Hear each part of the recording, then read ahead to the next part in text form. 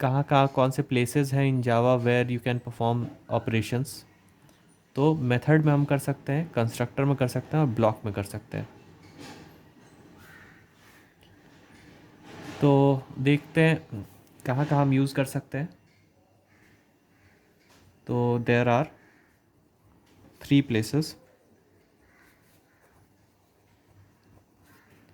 where you can perform operations.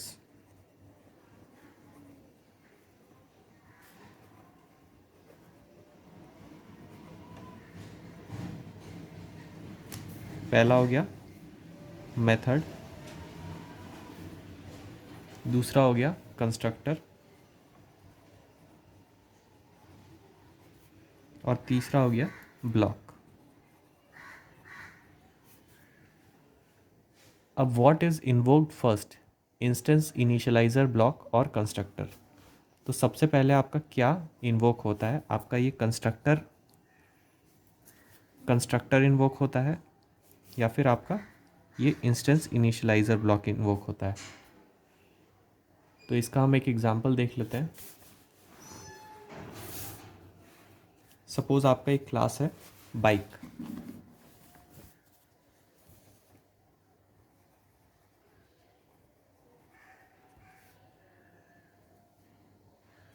Same example हम cover करते हैं, सेम एग्जांपल में ही हम देख लेते हैं। सपोज आपका एक क्लास है बाइक जिसमें डेटा मेंबर है स्पीड। बाइक का कंस्ट्रक्टर है जो कि प्रिंट कर रहा है कंस्ट्रक्टर इज इन्वोक्ड।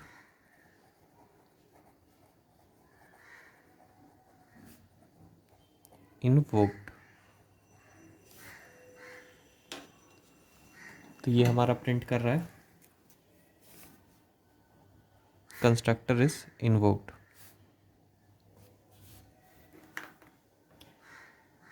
अब हम क्या करते हैं कि इस इंस्टेंस इनिशियलाइजर ब्लॉक में यहाँ हम स्पीड की वैल्यू को प्रिंट नहीं कर रहे हैं, यहाँ हम प्रिंट कर रहे हैं इंस्टेंस इनिशियलाइजर ब्लॉक इन्वोक्ड। तो प्रिंट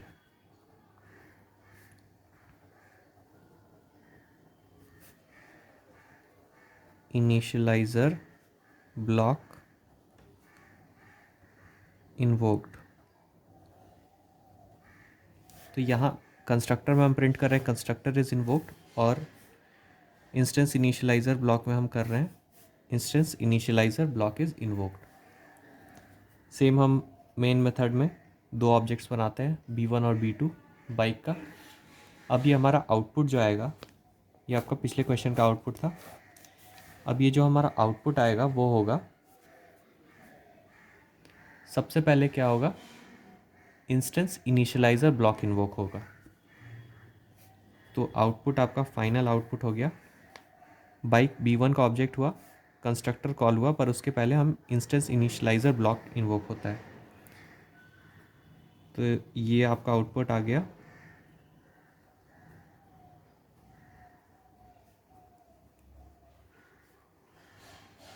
इन्वोक्ड और इसके बाद आपका कंस्ट्रक्टर इन्वोक होगा। तो कंस्ट्रक्टर इज इन्वोक्ड। फिर B2 ऑब्जेक्ट का भी सेम होगा, पहले इंस्टेंस इनिशियलाइजर ब्लॉक इन्वोक होगा,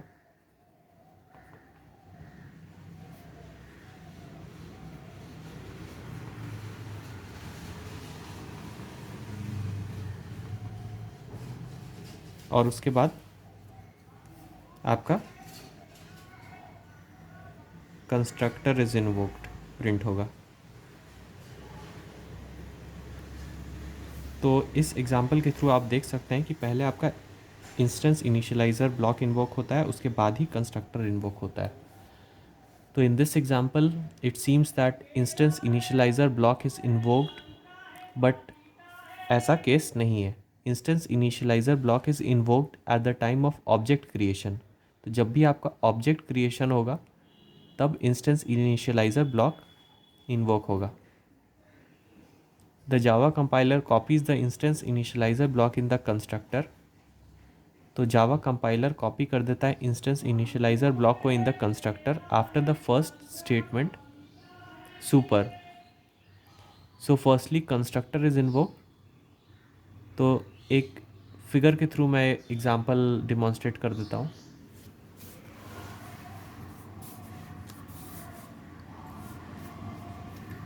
सपोज आपका क्लास है बी, जिसमें बी कंस्ट्रक्टर हो गया, प्रिंट कर रहा है कंस्ट्रक्टर इंस्टेंस इनिशियलाइजर ब्लॉक भी है इस क्लास में, जो कि प्रिंट कर रहा है इंस्टेंस इनिशियलाइजर ब्लॉक। क्लास को क्लोज कर देते हैं। सपोज आपका ये प्रोग्राम है और ये प्रोग्राम आपका जा रहा है कंपाइलर में। ये कंपाइलर आपका क्या कर रहा है, कंपाइलर इस प्रोग्राम को कुछ ऐसे देख रहा है, क्लास बी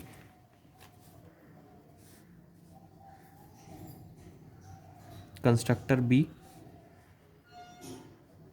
सुपर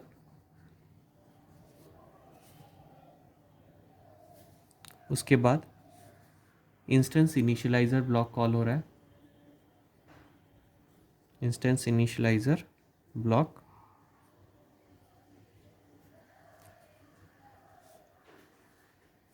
और इसके बाद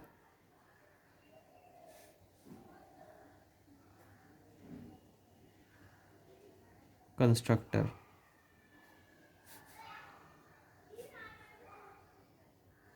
मेथड कंस्ट्रक्टर और मेथड क्लास को हम क्लोज कर देते हैं। तो कंपाइलर आपका इस प्रोग्राम को कुछ इस तरह से फ्रेम कर देता है।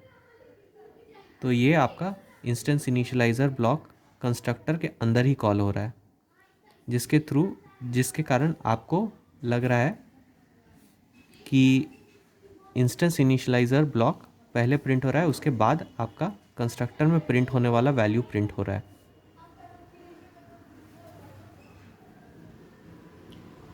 देख लेते हैं rules for instance initialiser block.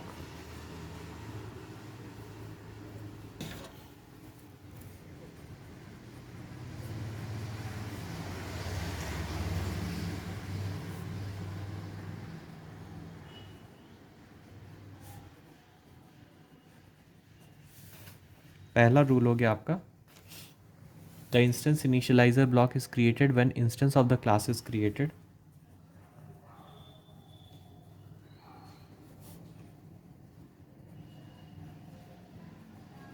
is created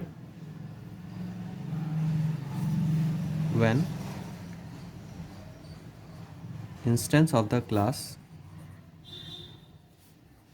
is created।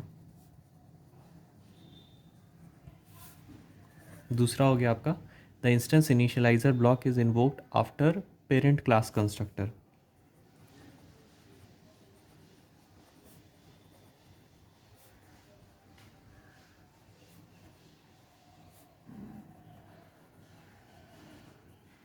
तो यहाँ आप देख सकते हैं पेरेंट क्लास का कंस्ट्रक्टर पहले कॉल हुआ, उसके बाद इंस्टेंस इनिशियलाइजर ब्लॉक इन्वोक हुआ। और instance initialiser block comes in the order in which they appear. It comes in the order in which they appear।